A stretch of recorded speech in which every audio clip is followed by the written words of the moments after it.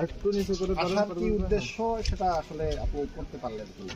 আচ্ছা, এটা হচ্ছে আমার দীর্ঘদিনের একটা স্বপ্ন ছিল, কিন্তু নানান কাজের জন্য আমি এখানে আসতে পারিনি। কারণ এটা হাজার বছরের বাঙালির যে আমাদের পরিচয়, শ্রেষ্ঠ বাঙালি, তার এখানে সমাধিস্থান, সমগ্র বাঙালির এটা পীঠস্থান। এইটা দর্শন করার ইচ্ছা প্রত্যেক বাঙালিরই আছে। আমরা যারা বাংলা ভাষাভাষী, বাংলা সংস্কৃতি ধারণ করি, এবং সেই প্রত্যেকেরই একটা স্বপ্ন থাকে এই মাজার একটু দর্শন করা, এখানে একটু প্রার্থনা করা। আমরা উনি না থাকলে আজকে বাংলার স্বাধীন হতো না। আজকে বাঙালির এই বঙ্গবন্ধু না হলে আজকে যারা রাষ্ট্রপতি হচ্ছে, প্রধানমন্ত্রী হচ্ছে, সচিব হচ্ছে, সেনাবাহিনী প্রধান হচ্ছে, নৌবাহিনী প্রধান হচ্ছে, কেউই হতে পারতো না। ইঞ্জিনিয়ার, ডাক্তার অনেকেই হতে পারতাম না। তো সেই কারণে আজকে সমগ্র বাংলাদেশের কোটি কোটি মানুষের জীবন মান উন্নয়ন, আমরা শুধু স্বাধীন হয়েছি তাই না, আমরা অনেক উন্নত, মানে পৃথিবীর উন্নত দেশের উন্নত জীবনযাপনের অধিকারী হয়েছি তার দ্বারা। তো তার মানে যার দ্বারা আমরা এত বড় একটা পজিশনে আসছি, তার মাজার একটু দর্শন করা, এটা তো প্রত্যেকটি মানুষের জন্য একটা সৌভাগ্যের ব্যাপার। ওই জন্যই আজকে আমরা নির্বাচনে আসলাম, এসে টঙ্গিপাড়ায় সেই নির্বাচনের প্রচারণার কাজে ব্যবহারের জন্য।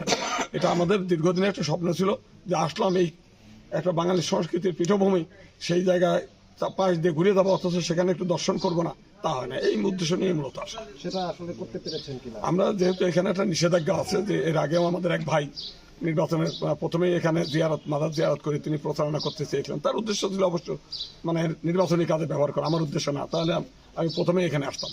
আমরা ওই কারণে আমরা যেহেতু নির্বাচনী কাজে ব্যবহার করবো না, আমরা সেই জন্য আসি নাই, ঘুরতে ঘুরতে আসার পথে।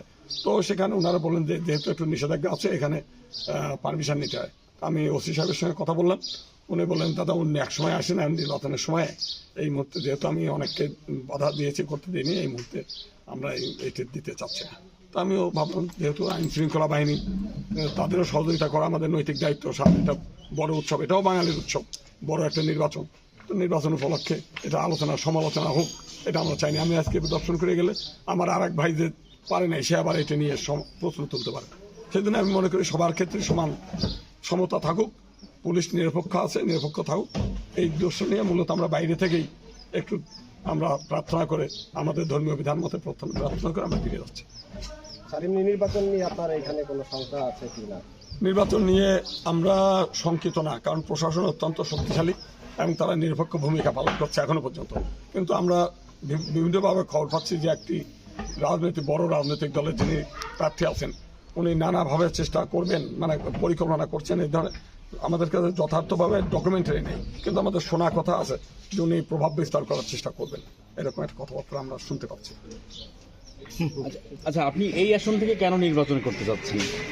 আচ্ছা, এইটা আসন থেকে আমি দুটো কারণেই নির্বাচন করতে আসছি। যে এইটা একটা মাননীয় প্রধানমন্ত্রী উন্নয়নের উপকার, তো তিনি এইখানে নির্বাচন করেছেন বারবার। তো সেইখানে আমার এইখানে বহু মানুষ আছেন আমাদের হিতাকাঙ্ক্ষী, তারা নির্বাচন করতে চেয়েও তারা নির্বাচন করতে পারেন নাই। আমাদের একটা অত্যন্ত আপনজন, তিনি নির্বাচন কমিশন থেকে নমিনেশন পেপার কিনতে গিয়ে গ্রেপ্তার হয়েছেন। আরও দুইজন আমার মানে সনাতন ধর্মের মানুষ, তারা নির্বাচন করতে গিয়ে পরে বাধাগ্রস্ত হয়ে তারা নির্বাচন করে নমিনেশন পেপার জমা দিতে পারেন নাই। তো তারা অনুরোধ করেছে, দাদা আপনি যদি দয়া করে এখানে আসেন, আমরা তো একটু ভয় ভীতির মধ্যে থাকি, আমাদেরকে নানাভাবে মিথ্যা মামলা হয়রানি করে। তা আপনি তো যেহেতু একজন পরিচিত মুখ, হয়তো আপনি এই মুখে হবেন না। আমি চাই যে একটা মানে ভয় ভীতির ঊর্ধ্বে উঠে সমগ্র বাংলাদেশে একটা উৎসবমুখর পরিবেশে নির্বাচন হোক। মানুষ ভয়ের মধ্যে, অনেকেই আমি না আসলে অনেক সংখ্যালঘু সম্প্রদায়ের মানুষ ভোট কেন্দ্রে যেত না। তো সেই কারণে যাতে সবাই ভোট কেন্দ্রে যায়, এই উদ্দেশ্য নিয়ে সবাইকে এই মানে ভোটের উৎসবে সামিল করার জন্যই মূলত আমি আসা। তাহলে কি আপনি কি শুধুমাত্র একটা সম্প্রদায়ের ভোটের জন্যই কি এখানে আসছেন? না, আমি সকল সম্প্রদায়ের মানুষ আমাকে অত্যন্ত ভালোবাসে। আমার সম্প্রদায় তো বটেই, আমি সবসময় নিরপেক্ষ ভূমিকা রাখি। অন্যান্য সম্প্রদায়ের মানুষের মধ্যেও ভীতি আছে, চরম ভীতি। খালি হিন্দু সম্প্রদায়ের মানুষ ভীত সন্ত্রস্ত তা না, অন্য সম্প্রদায়, অন্য রাজনৈতিক দলের ভিন্ন মতের মানুষের মধ্যেও একটা ভীতি আছে। তারাও আমাকে অনুরোধ করেছে, সব সম্প্রদায়ের মানুষের মধ্যে একটা ভীতি আছে, সেই ভীতি কাটানোর উদ্দেশ্যেই মূলত আসে। সেই ভীতিটা কিসের, আপনি কি জানতে পারছেন? আমি যেটা জানতে পেরেছি যে একটা বড় রাজনৈতিক দলের নেতা, তিনি চান না যে এখানে সকল দল মত এখানে নির্বাচনে অংশগ্রহণ করুক। তিনি চান যে এককভাবে তিনি অনেকটা বিনা প্রতিদ্বন্দ্বিতায় নির্বাচিত হোক।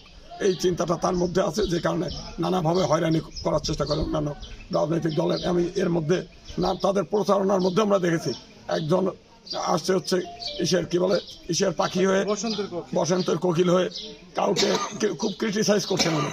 তো সবাইকে যদি উনি ক্রিটিসাইজ করেন, সমালোচনা করেন, তাহলে উৎসব মুখের পরিবেশ হবেন কেন? উনার উচিত হচ্ছে, উনি যেহেতু বড় রাজনৈতিক দলের নেতা, সকল নেতাদেরকে ওনার সহযোগিতা করা উচিত, যে আপনারা আসেন, ভোট যুদ্ধে অংশগ্রহণ করেন, আপনাদের যদি অর্থ করি না থাকে বলেন, আপনাদের পোস্টারগুলো আমরা করে দিই, আপনাদের লিফলেট আমরা করে দিই, আপনাদের ব্যানার আমরা করে দিই, আসেন সবাই মিলে আমরা জনগণের কাছে যাই, জনগণের প্রতিশ্রুতি দিই, কে কতটা জনগণকে সেবা করতে পারে, সেই প্রতিশ্রুতির মধ্যে জনগণ উৎসবমুখর পরিবেশে যে যার ভোট দিবে। ওনার উচিত ছিল এত বড় একটা উদার হৃদয় নিয়ে আসা, কিন্তু ওনার মধ্যে একটা সংকীর্ণ মানসিকতা আমরা দেখলাম যে সব অন্যান্য প্রতিদ্বন্দ্বী যে সমস্ত প্রার্থী আছে তাদের নানাভাবে সমালোচনা করে, মানে হেটমূলক বক্তব্য দিয়ে উনি চলেছেন একের পর এক। এটা সবাই খুব মর্মাহত, আমরাও মর্মাহত। আচ্ছা, এই যে কথা আপনি বললেন, এই যে একটি বড় রাজনৈতিক দলের কথা বললেন, আমরা এই কথা একটা নির্বাচনী সভায় আর একটি বড় দলের রাজনৈতিক জনসভায় দেখেছি একই কথা বলছে, ঠিক আছে? এই একই কথা যে বসন্ত কোকিল বা দূর থেকে এসেছেন, এই কথা অন্য রাজনৈতিক দল বলছে। সেই ক্ষেত্রে আপনি কি স্পষ্ট করবেন যে আসলে এই ধরনের আপনি যাদের কথা বলছেন তারা কারা, কোন দল? দেখেন, একটা বিষয় আমি বলি, আমাদের নির্বাচন কমিশনের আইন আছে, একজন ব্যক্তি 3টা সিটে দাঁড়াতে পারেন। আমাদের মাননীয় প্রধানমন্ত্রীর আগে খুলনা থেকে ইলেকশন করেছেন, আমাদের মাননীয় প্রধানমন্ত্রী নড়াইল থেকে ইলেকশন করেছেন, ঢাকা থেকে ইলেকশন, কারণ পাঁচটা ছিল আর কি। তো সেখানে বসন্তের কোকিল না, আমরা এই দেশের নাগরিক, এই দেশ বঙ্গবন্ধুর দেশ, সমগ্র বাংলাদেশে বঙ্গবন্ধু। আমরা যে কোনো প্রান্ত থেকে, যে কোনো জায়গা থেকে আমরা ইলেকশন করতে পারি। ভোট দেওয়া না দেওয়া হলো জনগণের ইচ্ছা, আমরা তো জোর করতে আসিনি। তো উনি কেন, এটা আমরা বড় রাজনৈতিক দল বলতে বিএনপি রাজনৈতিক দল, এটা তার খোলামেলা করেই বলতে হয়, বলার নেই। তো উনি নিজে মানে এক এক সময় এক এক কথা বলে এই যে মানুষ উৎসবে ভোট দিতে চান, উনি নিরুৎসাহিত করতে চান, এই জিনিসগুলোই আমরা মানে করলাম আর কি। আমরা কেউ হাত পাখা দিয়ে বাতাস করতে আসবে কেন? হাত পাখা উনি দাঁড়াবে না, উনি এই দেশের নাগরিক না, উনি জনগণের কাছে যাচ্ছেন, উনি তো ভোট কাটতে আসেন নাই। তো সেই কারণে আমরা চাই যে আমরা যে 8 জন ভাই এখানে আছি, ইলেকশনে দাঁড়িয়েছে আরো 4 জন আমরা ছিলাম, মোট 12 জন ছিলাম। আমরা চাইতাম যে সবাই মিলে মানুষের দ্বারে যাইতাম, মানুষের কাছে তো কেউ যায় নাই। ও ইতিপূর্বে এই দেশের মানুষ যে ভোটার, এই জনগণ মানুষ জানতো না। এইবার আমরা মানুষের দ্বারে দ্বারে যাচ্ছি, মানুষ স্বাগত জানাচ্ছে, হ্যাঁ আমাদের ভোটের যে একটা মূল্য আছে, এই প্রথম আমরা বুঝলাম যে আপনারা আমাদের কাছে আসছেন, অতীতে আমাদের কাছে কেউ আসে নাই। তাই এটা তো মানুষের নাগরিক মূল্য দেওয়া হলো না, আমরা জনগণকে মূল্য দিচ্ছি, জনগণের কাছে যাচ্ছি, মানুষের সঙ্গে আমাদের সম্পর্ক গড়ে উঠছে, হৃদ্যতা করছে, আমরা কোলাকুলি করছি। বিভিন্ন কারণে প্রয়োজনে অপ্রয়োজনে আমার সঙ্গে সম্পর্ক হবে, ভবিষ্যতে আমাদের সঙ্গে তাদের এই সম্পর্কটা অব্যাহত থাকুক। নির্বাচন আসছে, 12 তারিখে শেষ হয়ে যাবে। আমি চাই এই দেশের সকল জনগণের সঙ্গে আমাদের একটা সুসম্পর্ক গড়ে উঠুক, সবার সঙ্গে সুসম্পর্ক থাক, এই অবস্থা।